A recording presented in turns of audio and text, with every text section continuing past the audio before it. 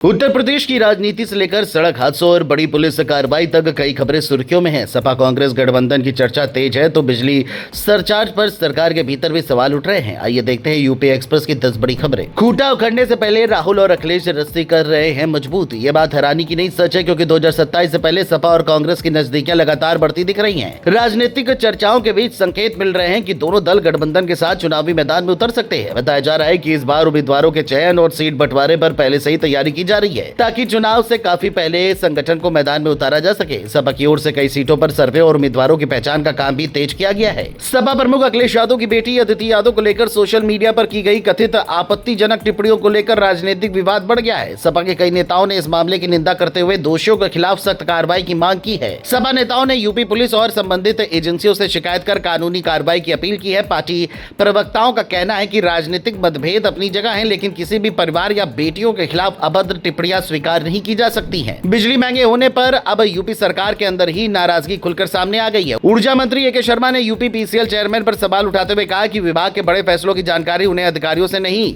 बल्कि टीवी चैनलों से मिलती है। मंत्री ने बिना जानकारी दिए बिजली बिल पर 10% सरचार्ज लगाने पर आपत्ति जताई और कहा कि ऐसे फैसले सरकार की छवि को नुकसान पहुंचा सकते हैं। इस बयान के बाद बिजली विभाग और सरकार के बीच तालमेल को लेकर नई चर्चा शुरू हो गई है। गोंडा में एक सड़क हादसे ने कई परिवारों की खुशियां छीन ली। करनैलगंज क्षेत्र में घायल युवक की मदद कर रहे लोगों को तेज रफ्तार एक्सयूवी ने टक्कर मार दी। इस हादसे में 5 लोगों की मौत हो गई, जबकि कई अन्य घायल हो गए। बताया जा रहा है कि पहले एक डंपर की टक्कर से संजय तिवारी घायल हुए थे और स्थानीय लोग उनकी मदद कर रहे थे।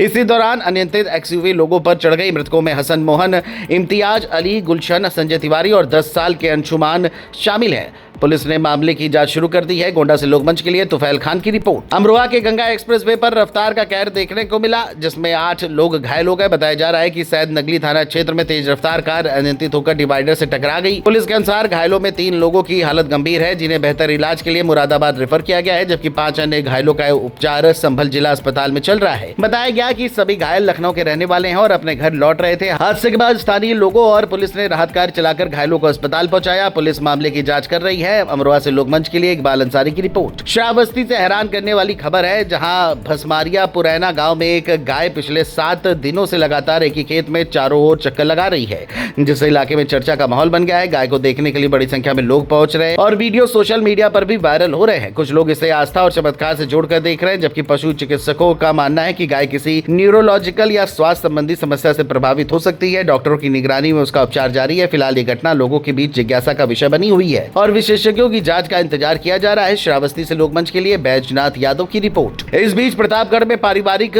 जमीन और मकान विवाद का मामला सामने आया है। पीड़ित शोभानाथ पाल ने आरोप लगाया कि उनके भाई ने पुराने घर को लेकर हुए समझौते के स्टाम्प पेपर पर गवाहों और पंचों के कथित फर्जी हस्ताक्षर कर दस्तावेज तैयार कराया। पीड़ित का कहना है कि समझौते के बावजूद उनके भाई ने घर से खिड़की और दरवाजे भी निकाल लिए और विरोध करने पर धमकी दी। थाने में सुनवाई न होने पर आरोप लगाते हुए उन्होंने पुलिस अधीक्षक से शिकायत कर जांच और कार्रवाई की मांग की है। मामला फत्तनपुर थाना क्षेत्र के सिथौली गांव का बताया जा रहा है। अगली खबर चंदौली से है, जहां पेट्रोल पंप से डीजल ले जाने को लेकर विवाद खड़ा हो गया है। सैयद राजा थाना क्षेत्र के धरौली स्थित एक पेट्रोल पंप से हजारों लीटर डीजल टैंकर में भरकर ले जाने की सूचना पर ग्रामीणों ने टैंकर को रोक लिया और चालक को पुलिस के हवाले कर दिया। मौके पर पहुंची पुलिस ने चालक को हिरासत में लेकर पूछताछ शुरू की। प्रारंभिक जांच में चालक ने खुद को भारतमाला परियोजना से जुड़ी कंपनी का कर्मचारी बताया, लेकिन पुलिस के अनुसार उसके पास डीजल परिवहन से जुड़े वैध दस्तावेज नहीं मिले। फिलहाल पुलिस दस्तावेजों की जांच कर रही है और सत्यापन के बाद आगे की कार्रवाई की जाएगी। चंदौली से लोकमंच के लिए सुजीत कुमार की रिपोर्ट। बिजनौर में मोदी सरकार के 12 साल पूरे होने के अवसर पर विशेष कार्यक्रम आयोजित किया गया। राजा भारतेंद्र सिंह और बीजेपी नेता प्रिंस चौधरी ने माता तारा रानी मंदिर में पूजा और हवन कर देश की सुख समृद्धि की कामना की। कार्यक्रम के दौरान भाजपा नेता प्रिंस चौधरी ने छात्रा अनु की शिक्षा के लिए 25,000 रुपए की आर्थिक सहायता का चेक भी प्रदान किया। बताया जा रहा है कि छात्रा के माता पिता का पहले ही निधन हो चुका है और हाल ही में उसके दादा की भी हादसे में मौत हो गई थी। इससे पढ़ाई प्रभावित हो रही थी। इस सहायता से छात्रा की शिक्षा जारी रखने में मदद मिलेगी। नोएडा पुलिस को वाहन चोरी के खिलाफ बड़ी सफलता मिली है। थाना सेक्टर 63 पुलिस ने अंतर्राज्यीय बाइक चोर गिरोह के 2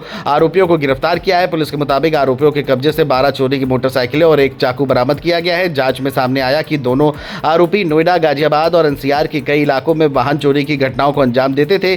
चोरी के बाद बाइक को कम कीमत पर बेच दिया जाता था। पुलिस अब गिरोह से जुड़े अन्य लोगों और पूरे नेटवर्क की तलाश में जुटी है। गिरफ्तार आरोपियों के खिलाफ आगे की कानूनी कार्रवाई की जा रही है। नोएडा से लोकमंच के लिए ताहिर खान की रिपोर्ट।